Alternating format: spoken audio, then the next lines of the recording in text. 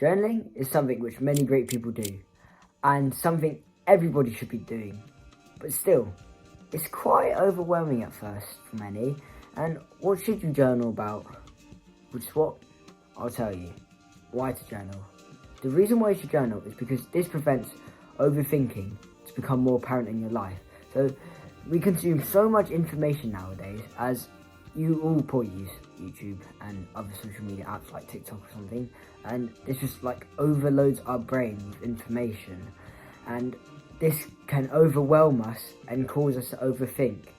And if you're struggling with overthinking, not just because you watch all these videos and consume all this information, just that you overthink in general, journaling can help you relieve this. Basically, you're just taking what's in your mind onto a piece of paper. Also, the reason why I started overthinking was because I would consume all this information, and then all this information would be just running through my head. I would just be overthinking and not in the present, because all these thoughts were just distracting me, and all these ideas and facts that I know about from watching all these videos were just popping up in my head, and it was just really annoying. So this was the reason why I journaled, and probably why you should journal. You can also just journal to give yourself more clarity in your day and make your day feel a lot less chaotic. So even if you're not overthinking too much, it can make your day just a bit better, and it allows you to reflect on your day a bit more well. I can tell you, after 2 months of journaling, my days have gone so much better. I literally barely overthink nowadays, and it's so good. Like, it was so annoying overthinking before, and just having my random thoughts floating every second of my life. And now, it's just peaceful, like a lot more peaceful now. So, maybe journal. Before you start journaling at all and follow any of these steps, give yourself at least 5 to 10 minutes of peace, or else you'll just be distracted mid-journaling, and it will just ruin the moment for you and make it a bit more harder to get back into the flow state when you're journaling. Method number 1. So, you could journal about your day, and in this you just document what happened in your day and try to remember everything that happened in your day, and think about the highlights of your day a bit more. And doing this will just make your days seem a bit more significant, and make it seem like all these days weren't just a blur that just happened and just sped through. To be fair, I don't really remember any of my days. Like, most of them I can barely remember. Method number 2. Your thoughts and emotions. So, when you're feeling a bit more emotional, like you're a bit angry or sad or stressed, then just journal your thoughts and just write down every thought that pops up in your head whilst you're feeling like this. And journal how you feel right now and why, maybe. Because then later you'll be able to reflect on this and see, was it really worth it?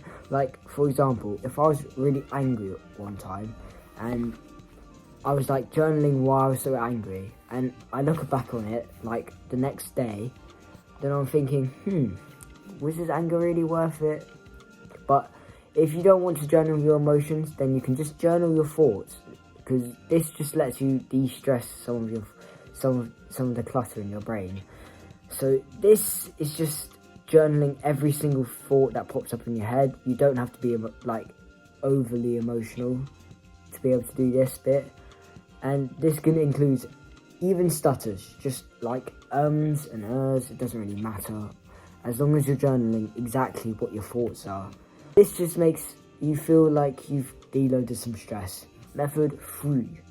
Alright, so this one is just info dumping. So just dumping every single piece of information that you know from all those Sigma videos you've seen. So this is just anything, I guess. Doesn't really matter. These are just notes, basically. You just note take every single thing that's quite useful to you and you might want to use later on in the future.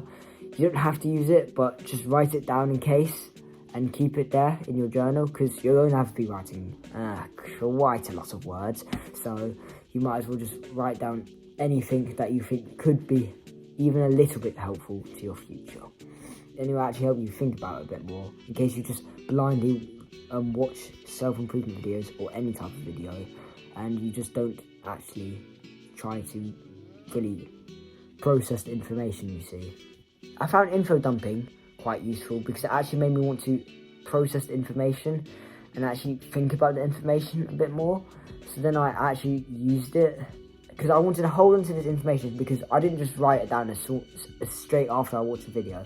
I'd wait till the end of the day and try and keep that information in my brain until the end of the day, and then just let it all go at the end of the day. So it actually made me think about it a little bit more. Method 4. Okay, this is day reflections. So do this at the end of the day. Obviously, I don't know what would be interesting in the morning. What you do here is just write about your day and write any lessons that you've learned from it. Every single day is something where lessons learned, most likely, unless all you do in the day is just do nothing, but that's not likely. With this, you kind of reflect on your day.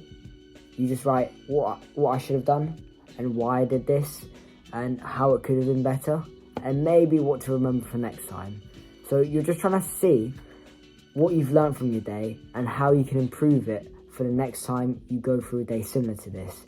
And this is the one I use the most, because everyone experiences problems, and I experience problems every day. Even if they're really small, you can still learn a lesson from it. I found this one to be the most useful for me. Method 5. So, this one is just about gratitude. So you just write a couple things that you're grateful today. I aim for 3 things that I'm grateful for. So maybe today I'm grateful that I have keys for my house that I can use, because without these keys, then how can I get inside my house? And it makes my life way easier, as I don't have to keep knocking on the door and bugging my parents.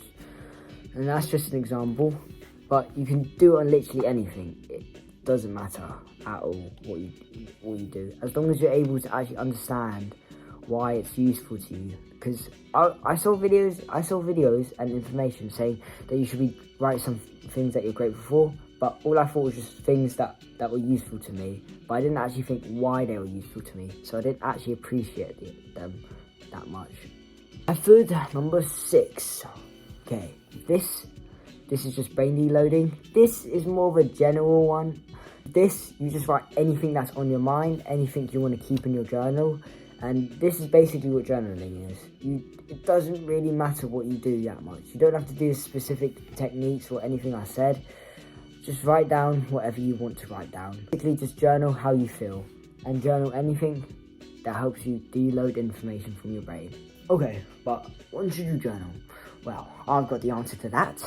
So, the time to journal is, I aim for the end of the day, so I can reflect on it, because that's for day reflection. But you can also have your notebook or your journaling book in front of you whilst watching videos, so you can note take them. Or I would leave it till the end of the video and then I'll note take, but you can note take during the video if you really want to. Maybe you can do it in the morning. I know some people do it in the morning to give themselves more clarity throughout their day, which I can understand. That's a pretty good idea, and just maybe get it out of the way. But journaling's quite peaceful for me. It doesn't actually matter when you journal, as long as you journal, unless you're doing something specific like day reflections. The benefits for this I kind of stated in why to journal, but firstly, it gives you more clarity in your day.